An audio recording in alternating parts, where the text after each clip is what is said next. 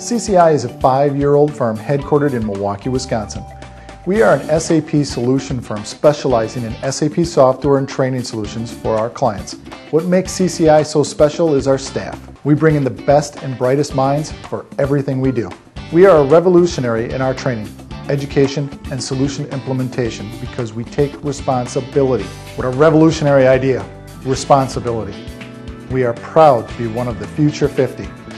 Thank you.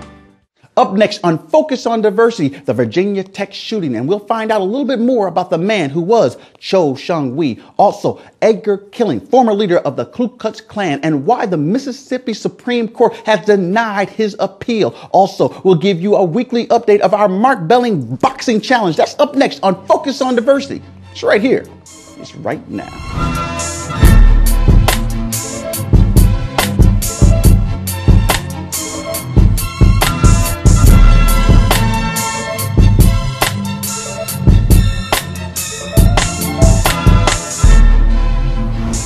Focus on Diversity with Troy Shaw. Hello, I'm Troy Shaw, and welcome to the Focus on Diversity television program. Let's go right ahead and introduce our guests. We have Michael Maxwell. He is a local attorney right here in southeastern Wisconsin. We also are welcoming back Christopher Carter, president and CEO of CCI, and our good friend Robert Miranda. He is the editor of the Milwaukee Spanish Journal. Gentlemen, let's get directly into it because we know what happened over the course of the last couple of weeks. There was a terrible shooting at Virginia Tech. A gentleman, disgruntled student, if you want to call it a disgruntled student, basically went on a rampage, actually shot almost 50 different people, but killed 32 different students and teachers. Robert, when you heard the story, what did you think? Well, when I first heard the story coming out, immediately I was thinking, okay, was this a terrorist attack? You have to consider that.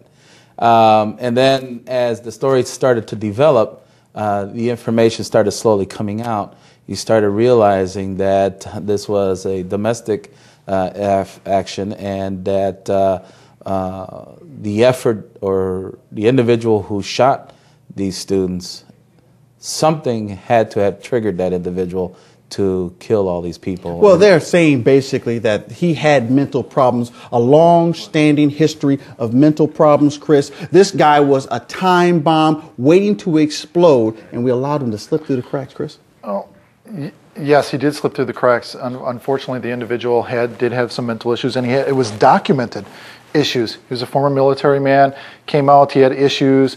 He was questioned several times in regards to unwanted advances toward women on campus.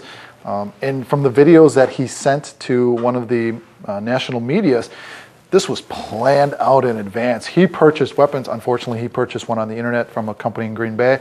He had something like 60 extended chambers for his handguns. He had hollow case pointed bullets.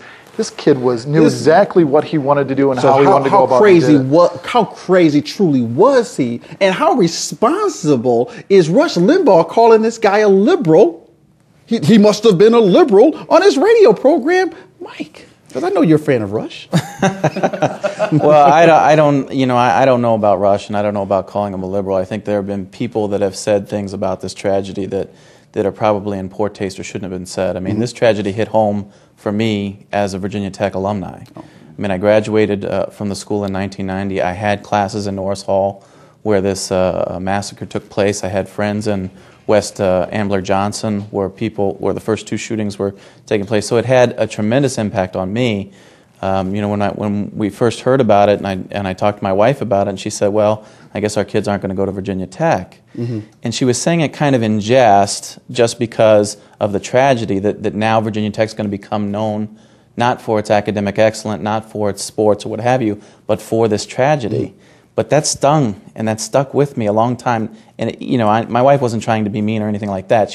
We were just having a conversation, but that is part of the devastating impact of this, is that people that have gone to Virginia Tech, people that are going to Virginia Tech are now the school is going to be remembered for this psychopath, not for, the wonderful programs, the wonderful school, the wonderful atmosphere. Well, I don't know. I think with Kent State, where you had those shootings over there, I mean, the school recovered. I think that Virginia Tech will recover. I don't think the stigma of a psychopath disrupting the school's academic history is going to be an impact. It will just be just like Kent State. This shooting took place. This massacre happened, but the community responded, and they've recovered. When I started to digest more and more of it, my daughters will be going to school in a few years, and I know that my wife and I want them to go to schools outside of the state or further away, Madison or Milwaukee, wherever, but they're not going to be with us. Mm-hmm. We have to send our children off to get educated, and we can't be there 24/7. We also cannot monitor another individual who has issues. We probably will never know if some individuals within their classes have those issues. It's unfortunate that us as parents, we have to rely on the abilities of these schools to be able to protect them to a certain degree, yet they're not willing to divulge certain pieces of that information, or by law they're not allowed to. So that makes me a little bit more nervous, and I think Virginia Tech is going to recover great. They have a phenomenal educational program, the home of Michael Vick, and they're going to do great, just like Kent did. I think you make a really good point, because yes, everyone's kind of like throwing the blame game around. Rush Limbaugh's throwing the blame game around, but there is something to be said for a dean and a on-campus police person, if you will, who did not move when the very first shootings were done. Mike, I mean, you can say that both these people are culpable. Wouldn't you say so? Wouldn't you say so? Absolutely not. I think that the dean, the president of the college, and the police force acted entirely appropriately. From what they were facing, there's certainly going to be room for mistakes being made. I think in that kind of investigation, no campus police expects to have a double homicide in a dorm room. Shouldn't he just shut down the campus upon the very first shooting? There was a lag time between the first shooting and the 30 killings. No, I don't think he should have shut down the campus. What they did was secure the crime scene they were dealing with. They secured the residence hall. They locked it down. They thought that that's all they had. They thought this was some sort of domestic dispute. And there may have been mistakes in making that call. There may have been mistakes in coming to that conclusion, but they locked that down. I don't think it would have been appropriate to lock down the entire school. I agree with that, because it's just like with 911 when that first airplane hit the first tower. No one knew that a second airplane was going to hit the other tower, and everybody. And if that was the case, they would have gone ahead and cordoned off the skies of New York, putting fighters all around, preventing any other airplane from hitting the tower. Nobody knew that was going to happen. And just like in this case, no one knew that he was going to strike again 2 hours later. If I was a parent, I would be thinking differently. If I was a parent of one of those 32 kids that were killed, I may be thinking a little bit differently. You know what? I read some of the stories, and I've seen the different pieces on CNN and such. I do believe that the chief of the on-campus police force did the right thing. Mm-hmm. They did cordon off that building. It was locked down tighter than them. Nobody was allowed to get in or out of that facility. Mm-hmm. It's just like what happened at NASA the week later. Nobody knew that this individual was on. So they found him. It was a domestic piece. Was it going to go further? Who knows? But the same thing at Virginia Tech. Who knew it was going to go to this extent? Mm-hmm. So I think the police chief did do the right thing. And the man is on site. If I remember, he was probably your chief as well. 20 plus years. He's lived in that program. He's bred that program. The man basically wept on camera about the pain and devastation that he had to deal with there. And when we come back, we'll continue our diversity discussion. Stay with Focus on Diversity. We will be right back.